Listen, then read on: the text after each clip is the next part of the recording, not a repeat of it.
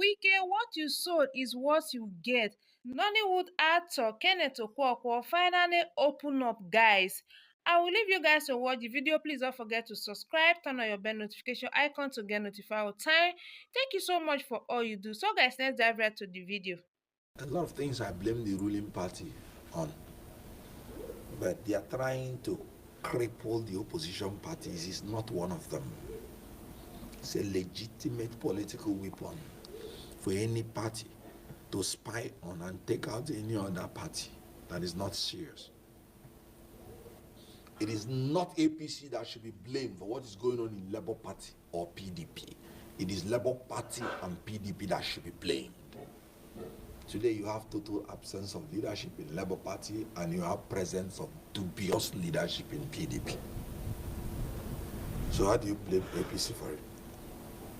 Did you see any card-carrying member of APC being the chairman of Labour Party or chairman of PDP? So how do you blame APC for that? When you continue placing blame where it is not, you are trying to justify your failure and give excuses for your not succeeding, meaning you're trying to perpetuate it. Excuses and successes do not go hand in hand. I agree completely that APC has agents that are destabilizing those parties. Do you think they are doing it free of charge? It's the incompetence and corruption of the people in Labour Party and PDP that they are feasting on and exploiting to destabilize them. Look at Labour Party. I had more than 5 of them defected. Of course, the law is clear. You defect, you lose your seat. But you need a solid political base to be able to bring them to account. Because we are in a country that does not respect the rule of law. So how united and focused you are as a party is what will make you to be able to seek redress.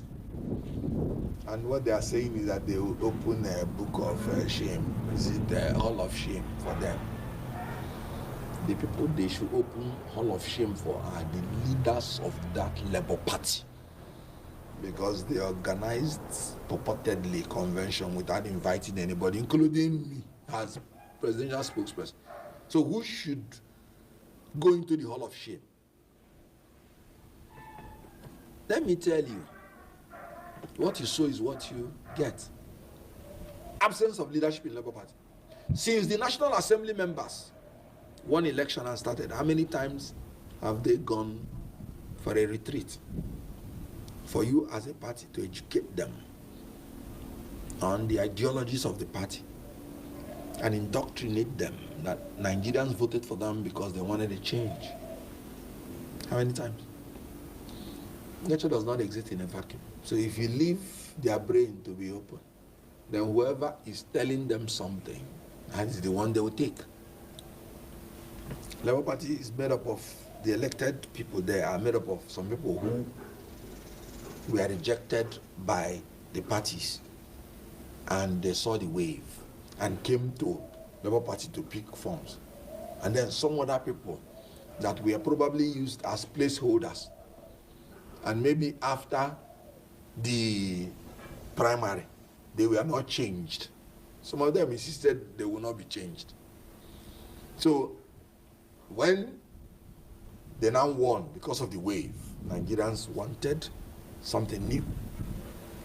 You would have taken them in immediately, because some of them are greenhorns that have never held any political office. Some of them are Okada riders, some of them are, bricklayers, which is commendable. But you take them in and begin to let them know that no, you're one of the representatives of the people. This is what is expected of you.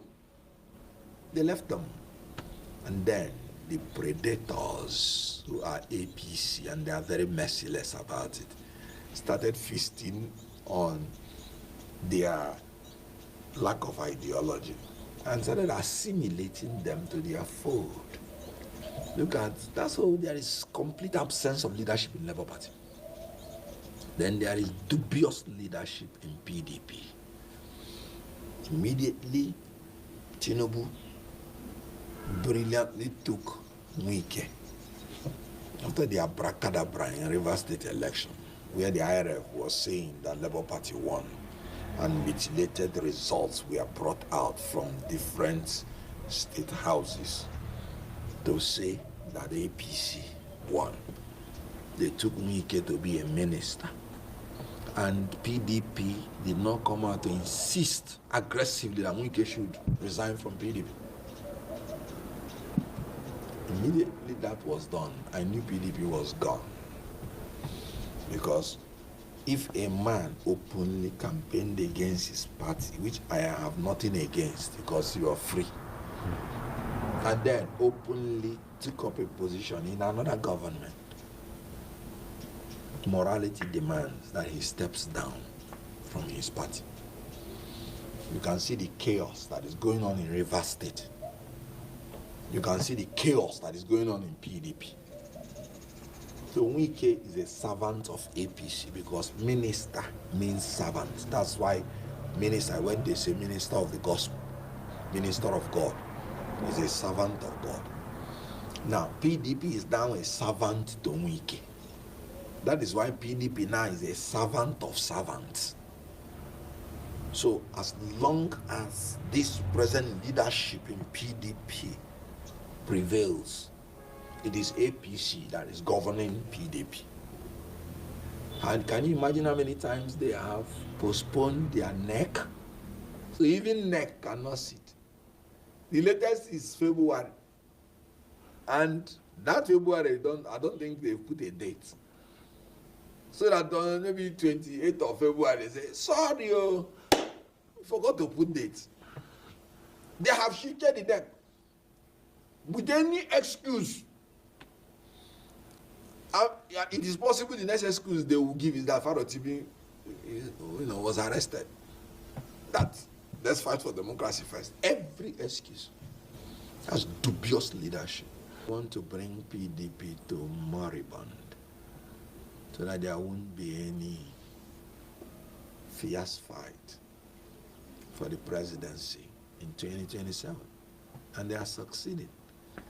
But Nigeria is not a banana republic. I'm not always so scared about one-party state because the Nigeria political hemisphere makes it that when it's only one party, you start seeing opposition rising from that same party. You can see APC is practically in this area.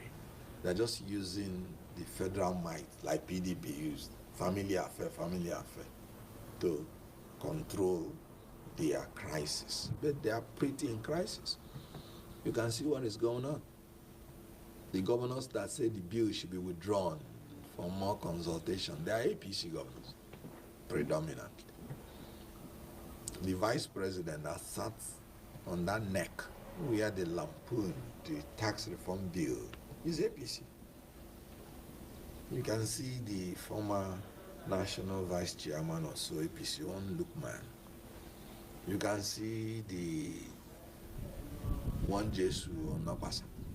You can see his criticism of Tinubu. You can see these are APC members. They are rising. These guys are still going to be blocks of opposition. So in Nigeria, we're so diverse. And I don't think that one-party state will be possible.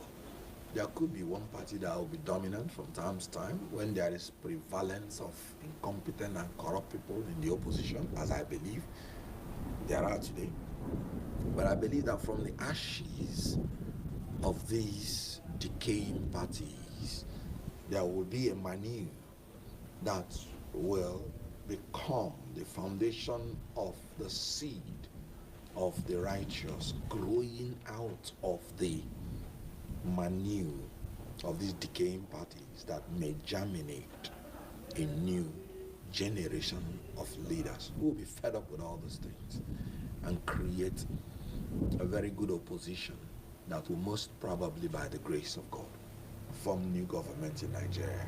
I may not know the time or date, but I know that from what happened in 2023, Nigerians are fed up with the status quo. Look at the election in Ghana. Beautiful. And Yakubu Mahmoud is opening his mouth, commenting on election in Ghana. calling politicians.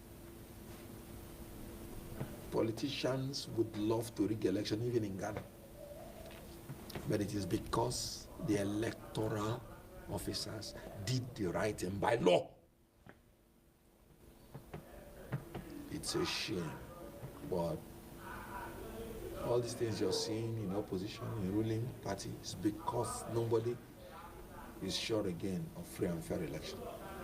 If we had free and fair, credible election in Nigeria, all these things would die naturally.